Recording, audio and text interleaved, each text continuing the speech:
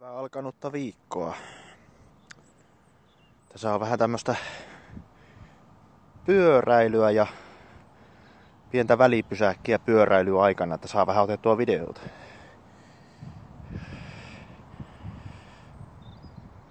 Tämmönen on ollut tossa vähän päälle vuoden nyt ja hyväksi todennut.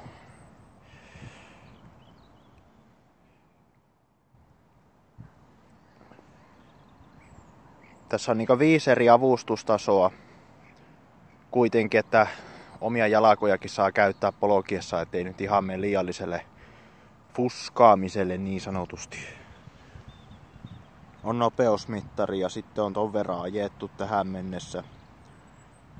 Ja nyt on ollut tuolla melkein maltillisimmalla avustustasolla.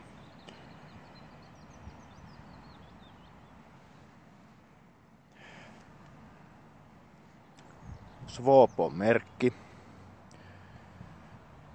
Ja tässä on pelkästään käsikäyttöiset jarrut, jalkajarruja ei tässä ole ollenkaan.